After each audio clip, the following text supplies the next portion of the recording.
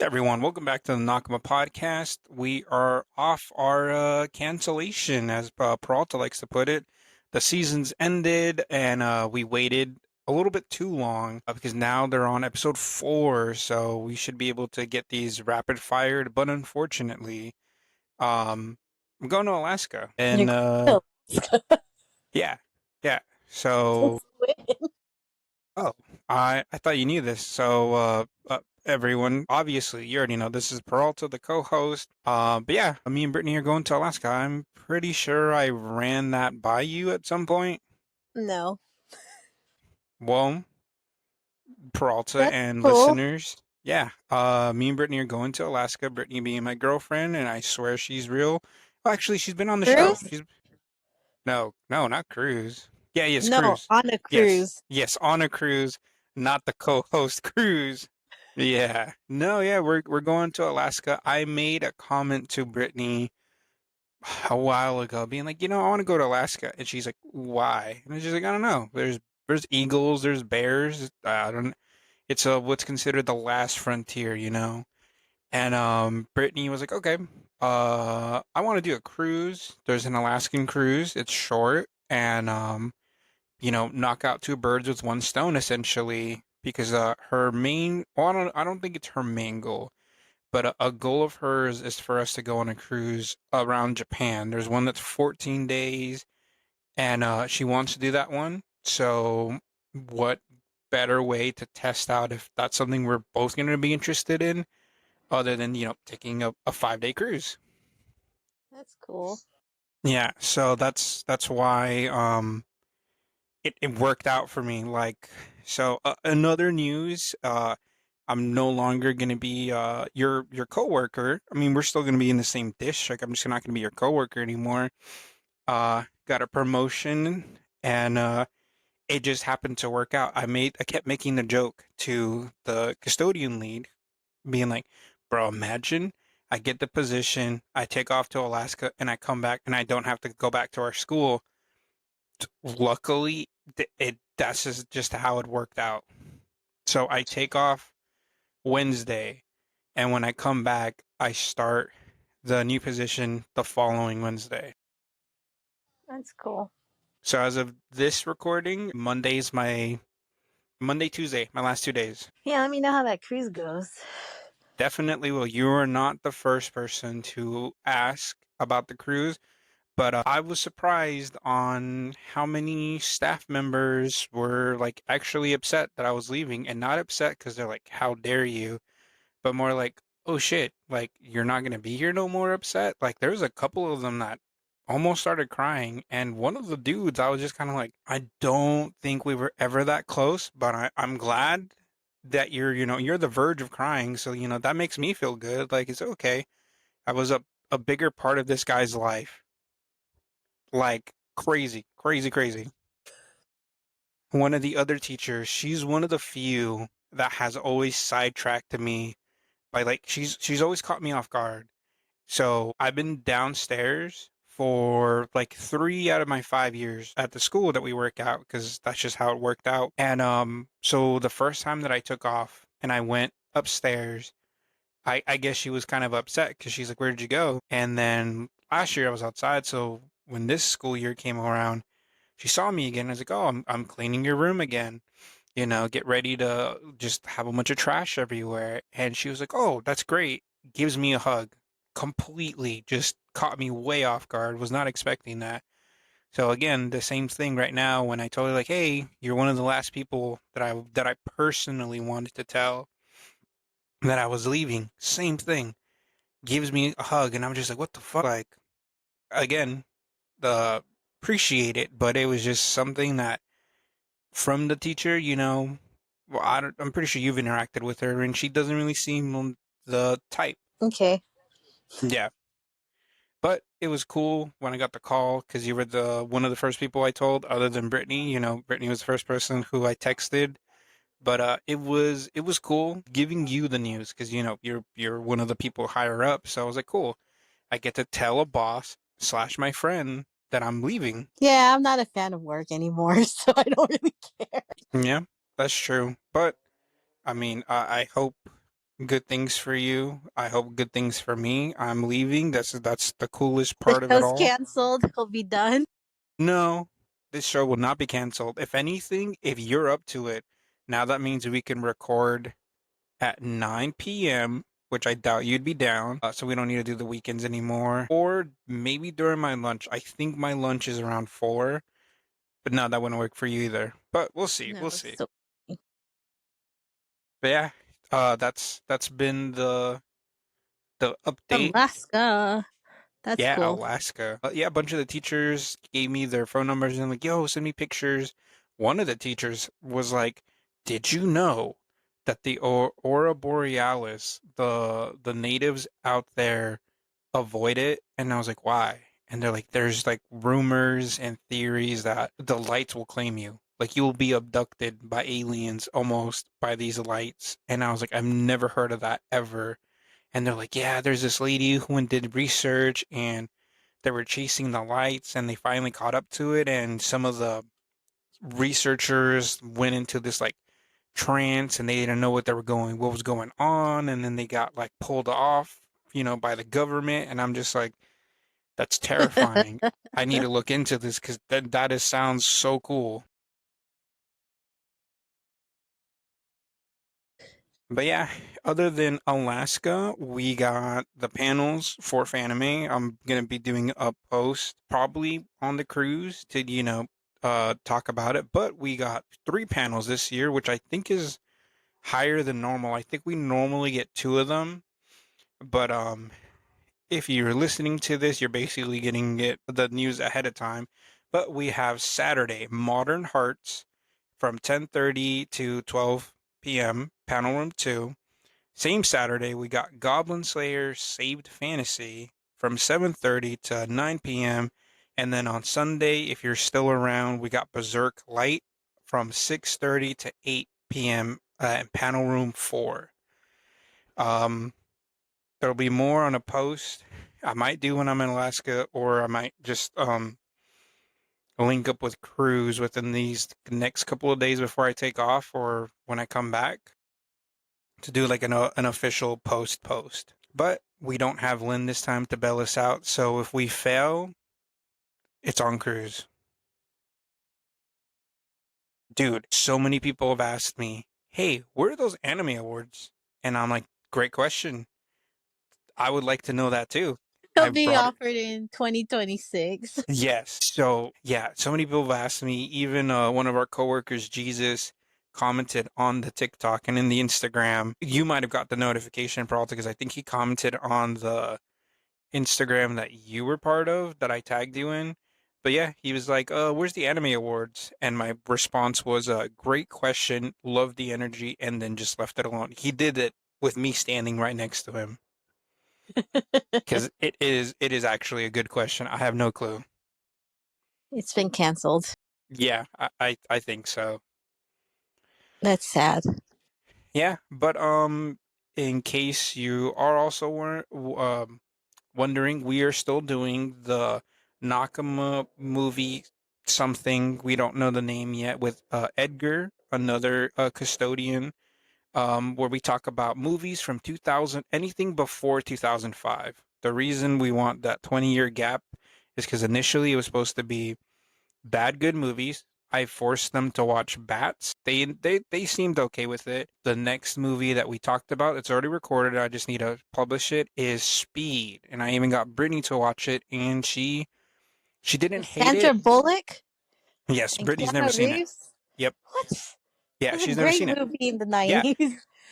that is Keanu's peak movie, not Sandra's. I won't make that claim, but Keanu's 100%. But yeah, if you're interested in that, throw some movies suggestions. I think the next one we might do is Tombstone, but the 2005 cutoff date makes it so everything's at least 20 years old. So all the kids that we work with would have never have seen it, and anyone that's our age will have nostalgia and be like, "Oh shit, they're talking about my favorite movie, Bats. I gotta listen to this." Said no one. Exactly. No one knew what the movie I was talking about except for Maria. And it was so sad because she's like, "Oh yeah, I that movie scared me," and it's like it makes sense. It used to play on Telemundo all the time. Good times. Yep, yep.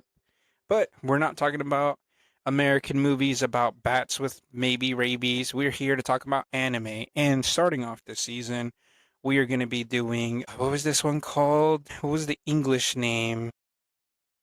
Beginning and the Yeah, end. yeah. The beginning and after something. Hold on, let me. I have it right here somewhere. Okay.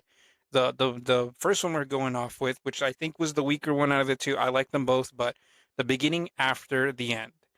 Um, I'm gonna do the summary for this one. I'll let you do the second one, unless you want to do this one. I don't remember either. Dang. So the beginning and the after is about it's an isekai, so obviously I'm gonna like it, and I do. Main character, Predictable. bro, name Arthur. I don't think they ever give us his real or was it Leywin? I think that's what his like king title was, but he's a king and he was pretty ruthless. He managed to take over the world.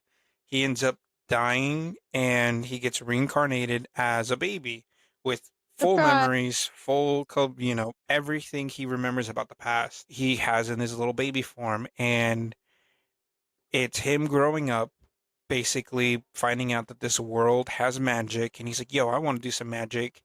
But with everything I know about the past, like I could rule again with an iron fist. But unlike his past, he actually has loving parents, and that's probably the biggest change from jobless reincarnation because they almost are similar. But he has loving parents, and he's like, "This is what love feels," because at some point his he unlocks his mana. The house explodes for whatever reason, and the mom and the dad both charge in because he's about to get killed. The dad he breaks the pillar. The mom, shields him, and he was just like, "Holy shit! Like this is what parents are. I never knew this." And it would give you flashbacks of him, growing up as an orphan in foster care, and he'd be better than all the kids, but he never had anyone there to be like, "I'm proud of you, son." So he lacked empathy, or I guess that's not the right word. He lacked emotions. I don't know what I'm trying to say with that, but he is growing up. He's gonna go off to learn magic because his parents are like, "You know what? We don't want to wait. It's better to give him a better future now. So we're gonna go to the city." And as they're going to the city, they get ambushed by bandits. Everyone else is being taken out, and he goes to save his mom, and he falls into a crevice, and he just hangs out with a demon person, who actually isn't a demon. It's a dragon, and it teaches him how to harness his power. The dragon's name is Sylvia, and right before she sends him close to where he needs to go, after teaching him some new spells and fighting techniques, they had a really emotional moment because he's like, "Thanks, grandma," and she's like, "Oh, no one's ever called me that. That's all I've ever wanted was a family. Can you call me that one more time before I die?" And he's like, "Sure, bro. Thanks a lot, grandma." And yeah, that's basically the first three episodes. This one dragged its feet a lot, but because it's similar to Jobless Reincarnation and it's an isekai, it's automatic 8 out of 10. You have Okay. damn, do you just sucked at the hypeness. I was Well, feeling I'm not a fan of isekais, and it did go slow. mhm, And the only good thing is that this was dubbed fully in English, so I didn't have to fully immerse myself. mhm. You're not uh, wrong. uh, I think the magic thing's kind of cool. Otherwise, that's really nothing much to it, other than he's learning emotions, which I would agree. But that's all I got. Yeah, I give it a 6. yeah, it is definitely slower than Jobless Reincarnation, but I'm liking where it's coming from. They split the magic system into either you're an augmenter or you're a conjurer, so I think it's just gonna play with the like, oh, which one is he gonna be, or which one is he better at? And yeah, it's him basically. I have a feeling he's gonna be a king again, but this time he's not gonna rule with an iron fist and just nuke cities like he did in his previous life. I think he's gonna, be a good king and be like everyone needs a loving family to not come out up, which is Mm-hmm. good. Uh, the animations were great. Um, like you said, it did come out dubbed, so if you want to put this in the background, 100% can.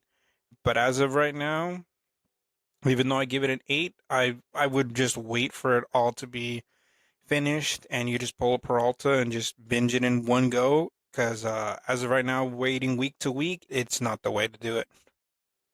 I haven't binge watched in a while, so surprisingly, One Piece Right? came out. I haven't even watched it or picked it up yet. Dang, I know. crazy. Well, I've still been reading the manga. I've been hearing some internet buzz that a lot of people aren't liking the new arc, and I'm just like, what are people on about? This new arc is doing pretty good, but I am a One Piece meat writer, so don't really take my word. Mm-hmm. But moving on to the next one to wrap up the episode. Do you want to do this one or I nah? remember Okay. So we got Witch Watch. It is about the main character Mojito. mojitos. I don't remember how to pronounce his name. Morihito, the girl calls her Mito, and Nico, their childhood friends, and it starts off with them giving each other, or Nico giving a Mojito a really heartfelt goodbye, and he's like, or not a goodbye, but like, I'll see you later. I'm gonna go off to be the best witch you've ever known, and Mojito's kind of like, all right, bro, bet. Shakes her hand, which I thought was kind of weird because they're in Japan. I don't think they shake hands out there as much, but whatever. Years go by, faithful day, his dad's like, hey, by the way, Nico's coming back. And Mojito's like, oh shit, Nico, I wonder if she's, gotten cute. Did she finally become a witch? And his dad is telling him, like, yeah, you're going to be her familiar. Dang, can't talk. And he's like, what? Like, aren't they supposed to have like animals? And it's like, yeah, but back then a lot of people had familiar animals and then they became like weird half human creatures, and actually those two animals mated, and that's how we have oni, or I guess ogres. And you find out that Mojito is part ogre, and he's like, so you have to be her familiar because that's the pact we made with witches. So he's like, all right, cool, I'm gonna wait for Nico. Girl comes in busting in like a wrecking ball right through his window, and immediately stuff starts to go down. And this is more of a playful, I wouldn't say rom-com, but there is elements of will they, won't they, or at least for her, it doesn't really seem like he's interested in her romantically. And she explains to him that she has magic now, and she even demonstrates by making herself into a paper. And then you have this whole chase scene of him trying to catch her, and then she ends up getting stuck between two houses, and she's like, oh no, the spell is about to wear off, I'm about to get smashed for realsies. And that's when he unlocks his ogre powers, saves her. And each episode has like two or three little episodes in them, just going over a certain spell or something. It is one that you do not need to watch episode per episode. It definitely helps for the overarching story, but everything is just small little bite-sized episodes, and there's a lot of references to other animes, at least in the manga, or at least in this English version. I don't know if they were there for the sub, but for the dubbed, they made references to Demon Slayer, to freaking Hunter x Hunter, the one that one of my friends really likes, Psycho, something like that, about I can't even say the damn word. Tele- Telekinetic, no, telepath? I don't know. Psyche. It's on Netflix. Pink hair. He has little tele- like antennas. Check it out. That one's also pretty funny. But this one, I don't really know what more to say other than it's just little bite-sized things. Ditto.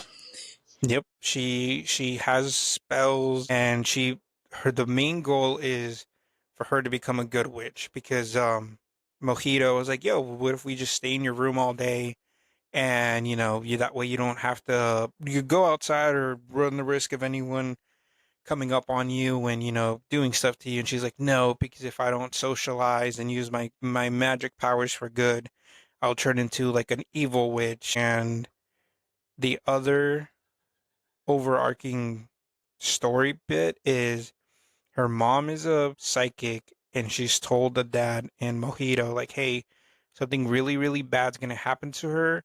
This is why you personally need to watch out for her.